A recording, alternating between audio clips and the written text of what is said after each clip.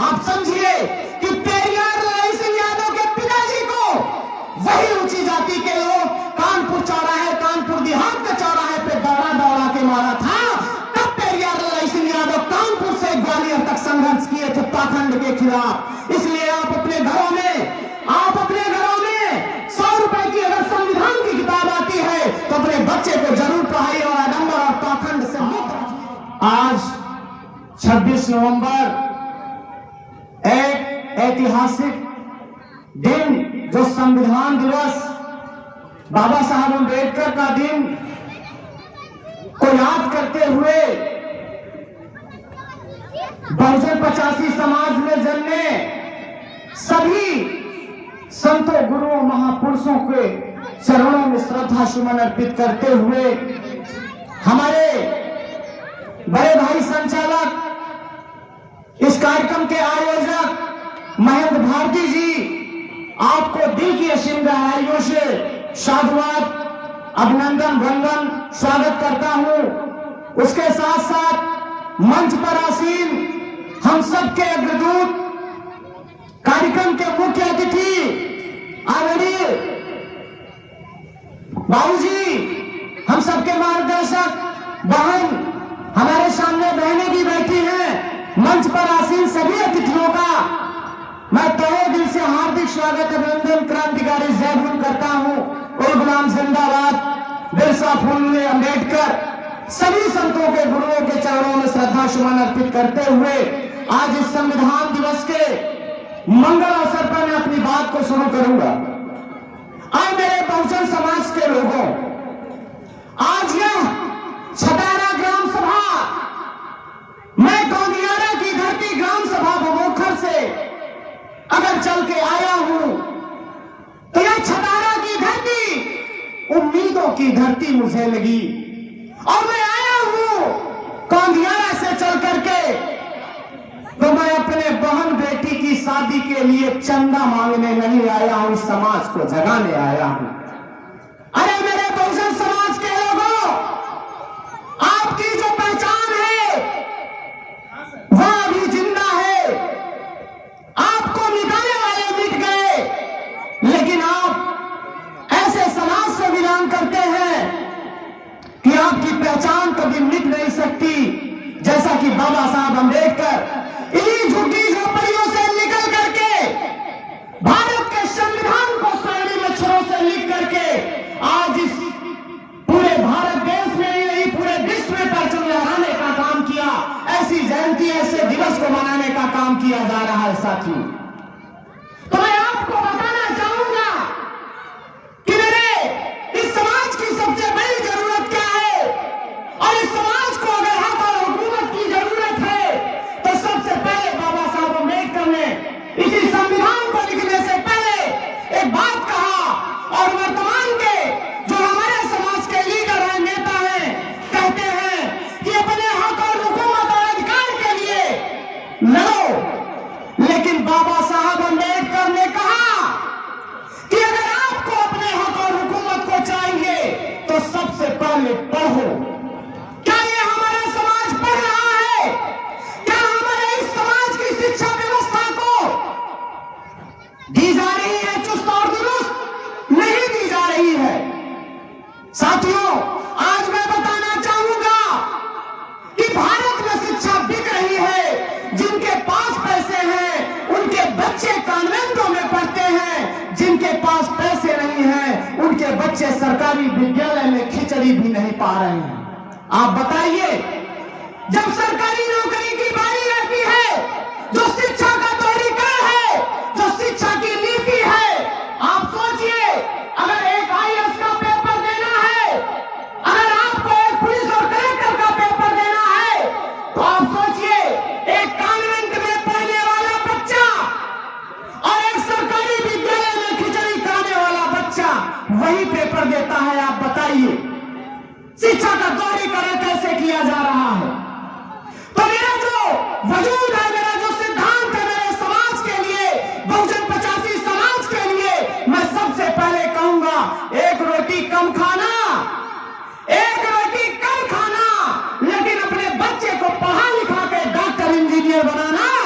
जिस दिन आपका बच्चा पढ़ लिख करके डॉक्टर, इंजीनियर, IAS, PCS बन गया, अरे मेरे बहुजन समाज के लोगों, आप एक कॉलोनी के लिए मोहताज नहीं रहोगे। और इस समाज में शिक्षा के साथ साथ सबसे बड़ी जरूरत है आडंबर और पाखंड को दूर भगाने की। और आज हमारा समाज एक कटोरे में खीर है, दूसरे कटोरे में गोबर है।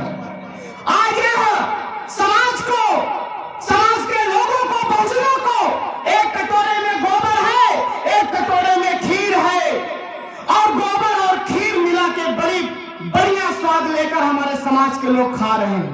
और इस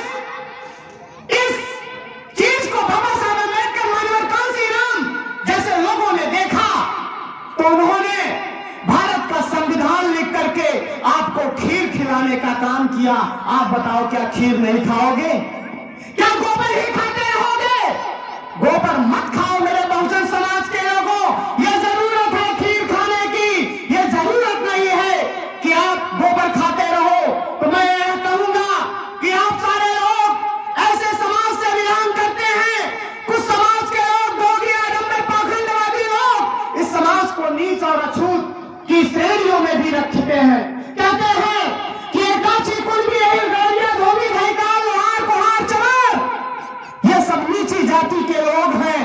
और नीची जाति के लोग कैसे हैं, मैं उनसे नहीं, अपने समाज के लोगों से पूछना चाहता हूं कि चलो, मैंने मान लिया कि मैं चमार हूं, मैं पासी हूं, मैं अहिर हूं, मैं गौरिया हूं, धोबी, घायकाल, कुम्हार, लोहार हूं, लेकिन मैं अपने लोगों से यह सवाल करूंगा कि अगर मैं नीच हूं तो मैंने मान लिया, लेकिन आप लोग बताइए कि अगर अजय मोहन कुशवाहा की मां ने अजय मोहन कुशवाहा को 9 महीने में पैदा किया, तो अरे ऊंची जाति के लोगों, तेरी मां ने तुझे 20 महीने में क्यों नहीं पैदा कर दिया?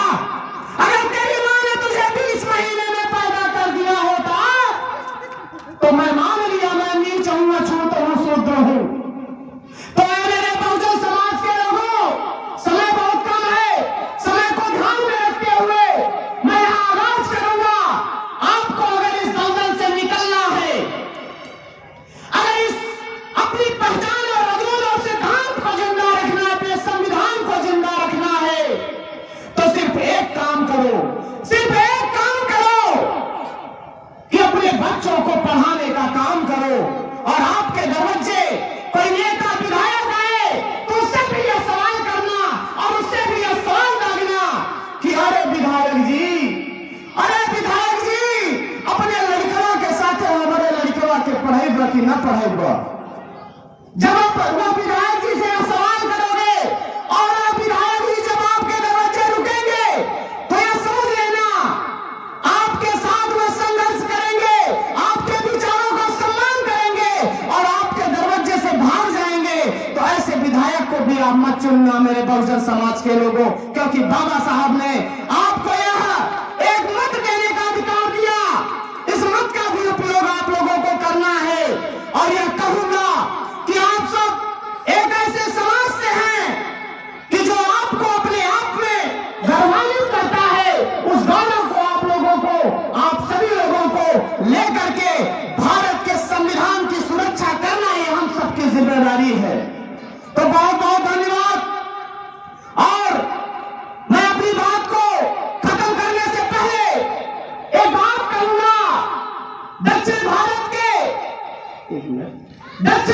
के पेरियार रामास्वामी नायकर, जो पाल समाज के पाखंड विरोधी थे और सच्ची रामायण की रचना की, और उसके बाद कानपुर में जन्मे पेरियार ललई सिंह यादव जन्मे। जब पेरियार ललई सिंह यादव जी जन्मे तो उनके पिताजी, आपको मैं बता दूं कि सच्ची रामायण का अनुवाद करके आज सच्ची रामायण की चाबी बनाने का काम कैसे किया, एक मिनट